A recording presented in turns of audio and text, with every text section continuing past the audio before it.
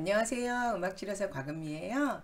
앞에서는 정서 행동장애 아동의 그 특성이라든지 왜 발생하느냐 이런 거에 대해서 말씀을 드렸다면, 오늘부터는 이제 그래서 우리가 어떻게 해야 되지? 이제 우리가 제일 궁금해하는 세션에서 우리는 도대체 뭘 해야 되는 거지? 그 부분에 대해서 말씀드릴 건데요. 사실 되게 막막해요. ADHD 아동하고의 세션이 사실은 저희 감정 컨트롤도 되게 힘들고요. 저 같은 경우에 한 번은 아이가 여지까지의 그 세션을 도망가는 방법이 그 치료사를 화나게 해서 그렇게 해서 문제를 일으켜서 싸움을 만들어서 이제 도망을 나가는 그런 방법으로 여지까지 이제 회피를 하는 걸로 인생을 성공적으로 사셨어요. 그러다 보니까 그날도 이제 첫 번째 그 인터뷰 그 첫 번째 세션은 이제 상담 세션 하고 이제 두 번째 세션이었는데, 생각할 수 있는 모든 사고는 다치는 거예요. 뭐 악기 여지르는 건 기본이고, 이제 하기 싫을 때 하는 거 있잖아요.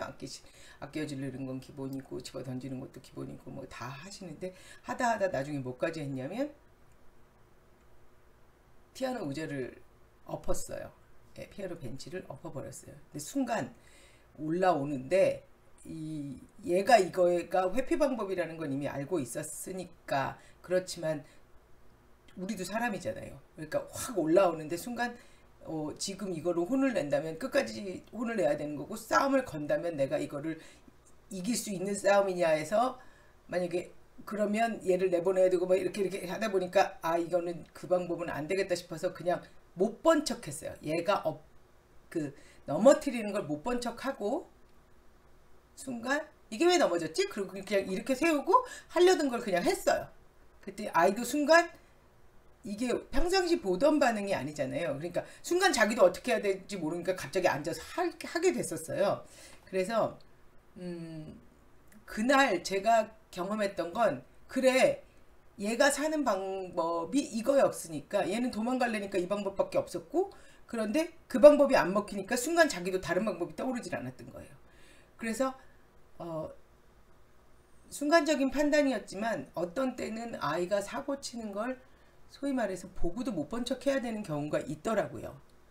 그런데 지금도 그게 가장 현명한 선택이었냐고 저보고 물어보면 아직도 다웃해요. 잘 모르겠어요. 그러나 그날은 그 방법이 먹혔어요. 그래서 그 아이는 그 이후로 그 어머님이 치료를 중단을 하셨는데, 중단의 이유는 잘 모르고요. 물론 표면적인 이유는 뭐 스케줄이 안 맞는다, 여러 가지 이유가 있었겠지만 잘 모르겠어요. 어떤 이유였는지 잘 모르겠지만 하여튼 지금 세션이 계속되고 있진 않고요. 그래서 저는 한 달 정도 세션을 했었는데, 이 아동하고 지속적으로 세션을 하면 어떻게 되는지 굉장히 궁금했었지만 결국은 이제 끝까지 가지 못해서 보지는 못했었는데요. 이제 그런 일들이 너무너무 많아요. 소위 말해서 저희를 긁는다고 표현하죠. 저희를 화나게 해서 여기서 도망가는 방법들을 너무 잘 알고 있어요. 그래서 깐죽거린다는 표현도 저희가 쓰고, 약을 올린다는 표현도 쓰고 저희가 그러는데, 저희가 그러는 게 아니라 제가 그러죠. 그런데 굉장히 화가 나게 하는 경우가 굉장히 많아요. 선생님들을 화가 나게 하는 경우가 굉장히 많고, 그래서 그런 경우에 우리는 치료사니까라고만 해서 견딜 수 있는 게 범위가 있잖아요.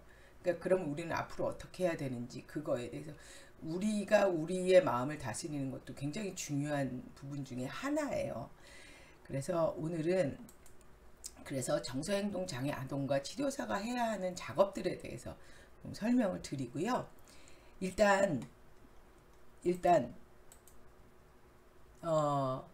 그 외국 자료들, 2008년도 자료인데요.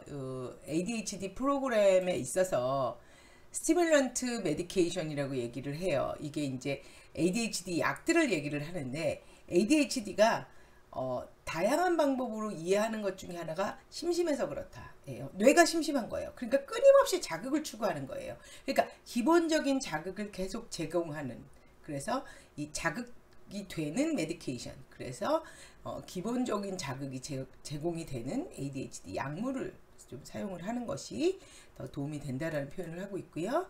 그 다음에 Behavioral Intervention에서는 일단 아이들의 행동에 대해서 페어런팅을 어떻게 하는지 트레이닝이 들어가야 된다. 그리고 클래스룸 매니지먼트가 있어야 된다. 그러니까 지금 아이에 대한 트레이닝이 아니라 지금 주변 환경에 대한 트레이닝을 얘기하고 있어요. 그 다음에 인텐시브 서머 트리트먼트 프로그램이 필요하다. 그러니까 아이에게 있어서 이 자기 절제력을 키워줄 수 있는 프로그램이 필요하다라고 얘기를 하고 있어요. 그리고 Behavior Treatment Component, 그 안에 반드시 들어가야 되는 내용 중에는 Psycho Education about the ADHD, ADHD에 대한 그 특성에 대한 교육 자체가 아이들한테 필요하다는 얘기를 하고 있고요.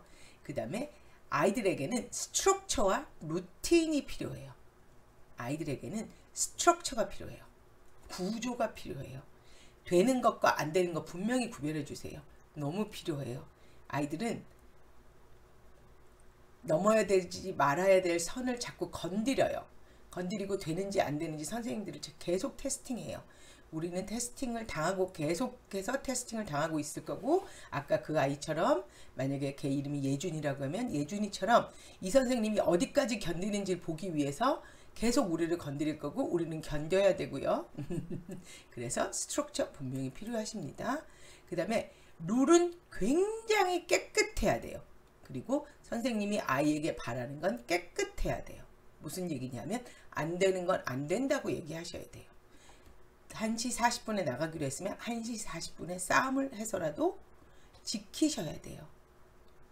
그리고 엉덩이 떼지 않기로 하셨으면 엉덩이 떼지 않아야 돼요. 그런데 만약에 그 룰이 지켜지지 않을 것 같으면 아예 그 룰을 처음에 만들지 마셔야 돼요. 너무 죄송하지만 언젠가도 한번 말씀드렸을 거예요. 6탄전을 벌여서까지 싸워서 이기지 못하실 것 같으면 말씀을 함부로 시작하지 마세요. 예를 들어 일어나면 안 돼 라고 얘기했는데 아이가 일어났을 때 어떻게 하실 거예요? 6탄전을 벌여서까지 일어나지 않아도 되는 상황을 만들 수 있으시다면 일어나면 안 돼 하시지만, 만약 그렇지 않으시다면 일어나도 좋아. 그러나 방에서 나가는 건 안 돼. 의 룰이 있어야 된다는 거죠. 저 같은 경우에는 아이의 세션실을 만들 때 아예 처음부터 문을 바깥에서 잠그게 했어요. 물론 안에 열쇠가 있지요. 그리고 웬만한 아이들은 그 열쇠가 어디 있는지 알지요. 그래서 그렇게 되면 제 주머니에 들어가죠. 제 몸에는 손 못 대게 하죠. 클리어 룰, 클리어 익스펙테이션. 선생님이 무엇을 바라는지 정확하게 얘기해 주셔야 돼요. 그리고 정확하게 지키세요. 지키지 못할 건 아예 처음부터 얘기하지 마세요. 그래서 첫 세션은 굉장히 중요하지만 저희가 아이를 처음 만날 때 아이의 모든 특성을 알 수는 없어요. 그래서 그날은 그냥 관찰만 하시는 걸로 가시고, 그래서 첫 번째 세션은 그 다음에 만날 때가 돼야 되고요. 그때가 될 때는 룰을 정확하게 얘기를 해 주셔야 돼요. 선생님이 지난주에 봤는데 이거는 지켜줬으면 좋겠어 라든지. 그래서 보통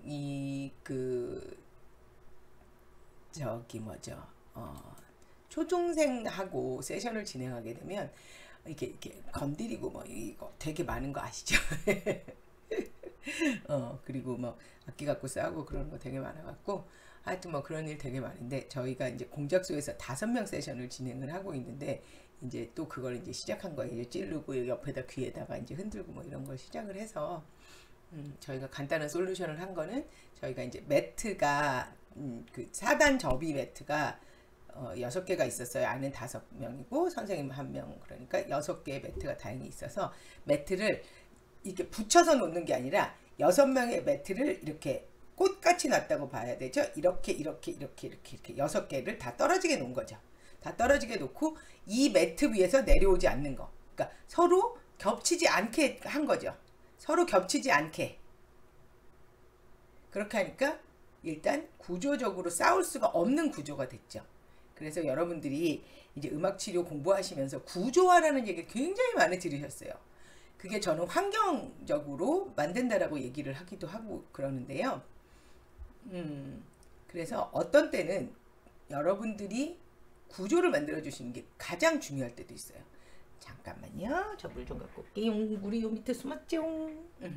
그래서 한 번은 어떤 일이 있었냐면 그때는 이제 제가 어떤 일이었는지 기억이 안 나는데 아마 그 교육부에서 의뢰를 받아가지고 뭐 여름에 10개 시설에 4회씩의 세션을 일주일에 4회를 가는 세션을 뭐 10개 뭐 이렇게 돌아다니는 거였어요. 근데 이제 한 군데 시설을 갔더니 방을 어떤 데를 줬냐면 체육관을 줬는데 아시죠? 체육관 한 60평 내지 70평 되는 체육관을 줬는데 그 안에 그 운동할 수 있는 모든 게 다 있어요. 그 태권도 장비도 있고요. 뭐 배드민턴 장비도 있고 상상해 보세요. 어떤 상황인지 모든 장비는 다 있고 80평이 넘는 공간에 아이는 10명이고 나는 혼자예요. 아이들이 거기서 뭘 했을까요? 네, 당연히 뛰어다니고 놀았죠. 세션이 될 리가 없잖아요. 그래서 도착한 순간 알았어요. 오늘 망했다. 그래서 관계자 불러서 이 방 안 된다. 난 방 달라. 이 방에서는 난 세션 못한다. 이 방밖에 없대요. 그럼 나는 이 방에서는 세션이 진행이 안 된다. 할 수 있는 방법은 그 위에 강단 같은 게 있었어요. 이 강단 위로 올라가서 저기만 쓰는 거다. 그렇다고 니네가 이걸 다 치워줄 수 있는 상황이 아닌 건 나도 안다. 그럼 딴 방을 주던지 아니면 저 강단을 쓰게 해달라. 그래서 강단으로 다 올라갔어요. 일단 올라가고 밑으로 내려간 애들은 일단 선생님이 인도해서 여기까지 올라가고 밑으로 내려가면 수업 참여 안 하는 걸로 하겠다. 그런 식으로 했고요. 그 다음 주에는 제가 패러슈트 큰 게 많았거든요. 패러슈트 가져다가 일단 보이는 대로 다 덮었어요. 네, 다 덮고 그렇게 진행을 했고요. 그래서 환경 되게 중요해요. 환경 중요하다는 얘기가 여기까지 갔네요. 그래서 여러분들의 룰은 굉장히 클리어하고 익스펙테이션을 분명하게 말씀을 해주시고요.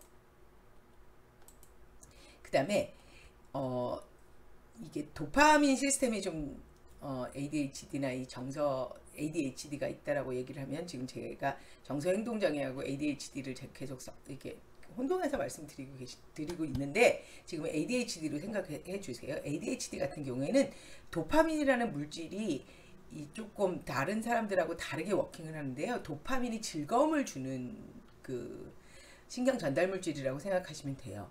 이 도파민이라는 물질은 되게 신기한 물질인데요.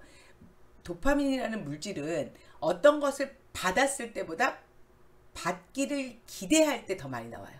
예를 들면 내가 신상을 봤어요. 지금 저기서 그 귀걸이를 봤단 말이에요. 봤는데 살까 말까 할 때가 더 많이 나오는 게 도파민이에요.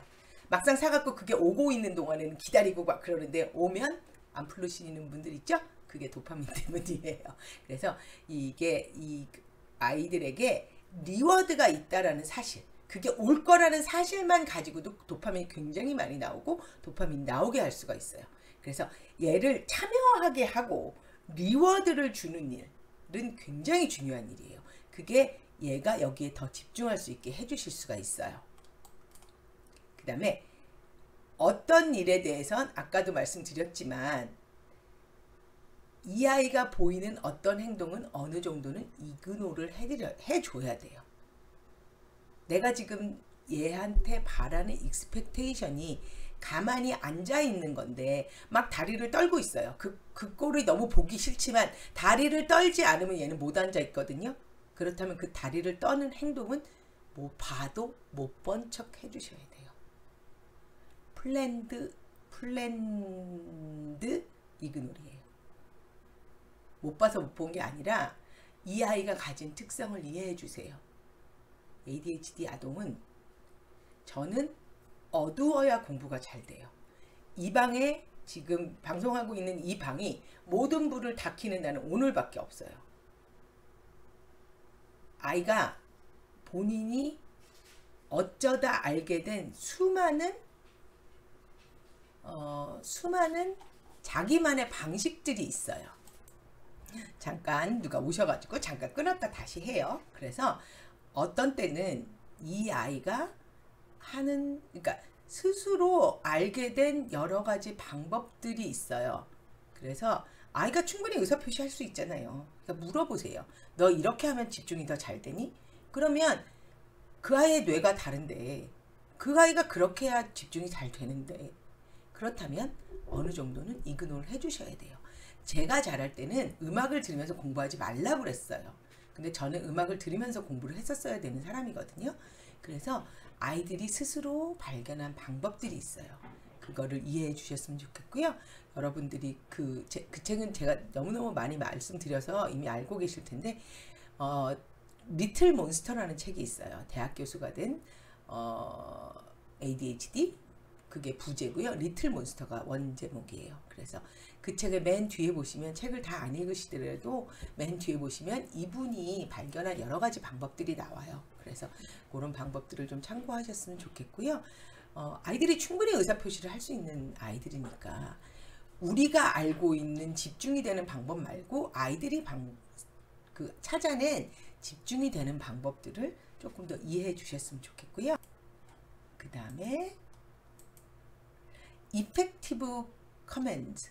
그래서 이제 제가 다음에 좀 설명을 드릴 텐데, 아이들에게 그 아이만의 매직 월드라고 얘기하는 월드들이 있을 수 있어요. 이것도 제가 몇 번 설명을 드렸었는데, 저는 참는 것도 연습이야 라는 얘기를 되게 많이 하는 학생이 하나 있고요. 네, 참는 것도 연습이야. 기다려 라고 가만히 있는 학생도 하나 있어요. 그래서 effective command는 여러분들이 시작을 하지만 반복적으로 사용을 하면 아이들의 마음속에도 각인이 돼요. 그래서 그 각인이 된 것이 아이들이 혼자 있을 때도 사용이 돼요. 지금 제가 필라테스를 하고 있는데, 필라 선생님이 되게 꼼꼼하신 양반이고, 저는 허리 뼈가 하나가 앞으로 나와 있어서 이 뼈가 하나 앞으로 나와 있는 바람에 전체적인 자세 자체가 전체적으로 제가 앉는 방법, 이렇게 그 기대는 방법들이 제 몸에는 컴펜세이트해서, 그러니까 보상을 해서 제가 앉았지만 결국 몸에는 좋지 않은 방법으로 앉아 있었거든요. 지금도 보면 제가 이렇게 올라가시는 게 보일 거예요. 이게 지금 사실 정상적으로 앉는 건데, 사실 이게 제가 힘을 되게 많이 줘야 앉을 수 있어요. 근데 이 자세를 만들기 위해서 제 선생님이 끊임없이 했던 얘기가 있어요. 뭐 이쪽 위에는 밀어야 되고, 등 뒤쪽은 앞에는 앞으로 밀고 여기는 뒤로 밀어야 돼요. 그러니까 그러고 지금 어깨는 또 너무 많이 내리는 버릇이 있어서 그런 것들이 지금 제가 앉을 때마다 사실 선생님의 코멘트가 들려요. 그것처럼 여러분들이 음악치료 시간에 반복적으로 해주셨던 이야기들, 반복적으로 노래 불러주셨던 이야기들이 아이들 스스로에게 각인이 되어서 스스로 이용할 수 있게 되는 게 저희들의 최종 목표예요. 내담자가 우리한테 평생 오는 게 우리의 목적은 아니잖아요. 그 내담자들이 스스로 일어날 수 있도록 해주는 게 우리의 목적인데, effective command, 아이들마다 달라요. 근데 사실 처음에 이걸 발견을 한 건 저는 사실은 정서가 아니었고요. 그 걷는 것 때문에 발견을 했었어요. 제가 왜 뇌성마비 아동들 걸음 훈련 같은 거를 그 논문으로 그걸 썼었기 때문에 제가 30명의 아이들을 2달 동안 봤었거든요. 그러니까 하다 보니까 그때 물리치료사 선생님이 쓰고 있는 아이들한테마다 쓰고 있는 말들이 조금씩 다른데, 분명히 오른쪽 다리가 안 좋은 아이인데 왼쪽 다리 펴를 하면 오른쪽 다리가 펴지는 애들이 있고요. 그래서 되게 신기해서 제가 그때 이제 그 선생님이 이제 학교에서 자리를 허락해 준 데가 물리치료사 선생님 옆자리였기 때문에 물리치료사 선생님하고 되게 친해져 가지고 제가 여러 가지를 여쭤봤었어요. 그리고 이제 그러다 보니까 그 선생님이 얘기하니까 하다 보니까 이게 아이들마다 해줘야 되는 말들이 다르더라 라고 얘기를 하시더라고요. 그래서 그 선생님 하시는 걸 되게 많이 보기도 했고, 저도 하다 보니까 너무 달라요. 그러니까 분명히 오른쪽 다리가 힘든 아이인데도 어떤 아이는 허리를 피라고 그러면 오른쪽 다리가 펴지는 애들이 있고요. 그 다음에 왼쪽 다리 올려라고 얘기해야 오른쪽 다리가 펴지는 애들이 있고, 그래서 그때부터 제가 이제 매직월드라는 거를 많이 사용을 했었는데, 이게 다른 세션에도 그렇게 적용이 되더라고요. 어떤 아이들은 기다려가 더 먹히는 아이들도 있고요. 어떤 아이들은 천천히 얘기해라고 얘기하는 애들이 먹히는 애들도 있고요. 심지어 어떤 아이들은 그냥 이렇게 가만히 쳐다보는 걸로만 되는 아이들도 있더라고요. 예.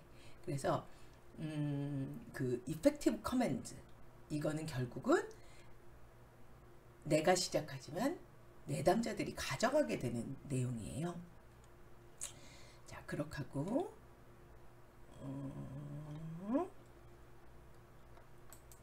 그 다음에 타임 아웃이나 로스 오브 프리빌리지, 이 얘기는 뭐냐면 지금 하고 있는 일을 중단해야 하거나 지금 당연히 누렸던 권리를 누릴 수 없게 되거나 하는 컴포넌트가 들어가야 된다는 얘기예요. 그래서 지금 이게 클리어 룰하고 익스펙테이션하고 연관이 되는 얘기인데요. 자기가 잘못한 것에 대해서는 분명하게 컨시퀀스가 있어야 돼요. 다시 말해서 잘못한 거에 대한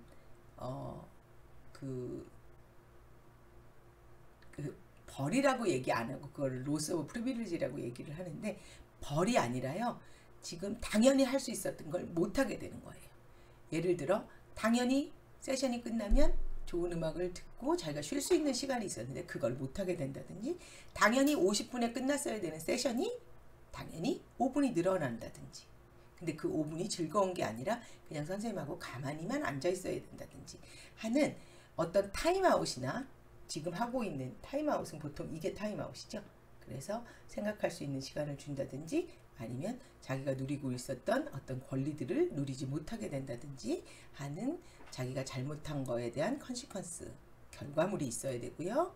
그 다음에 이것도 리워드하고 연관되는 얘기인데, 포인트나 토큰 시스템을 도입을 하시는데요. 아이들이 좀 성장을 했고 스스로 생각할 수 있는 능력이 있다면 포인트나 토큰 시스템을 우리가 주는 게 아니라요, 내가 잘했을 때 스스로 주게 하세요. 그것도 셀프 컨트롤에 굉장히 도움이 많이 돼요.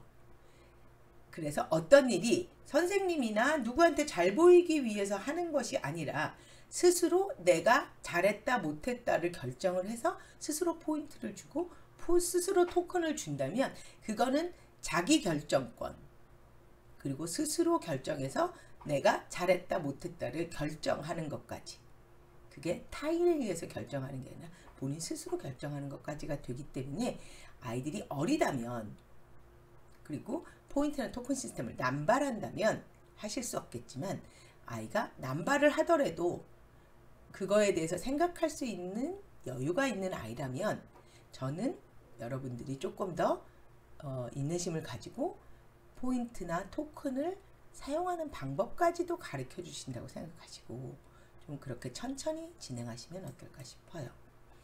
그 다음에 이제 데일리 스쿨 홈 리포트 카드라고 해서, 이거는 이제 학교에서 집으로, 집에서 학교로 이렇게 리포트가 왔다 갔다 하게 하는 시스템인데요.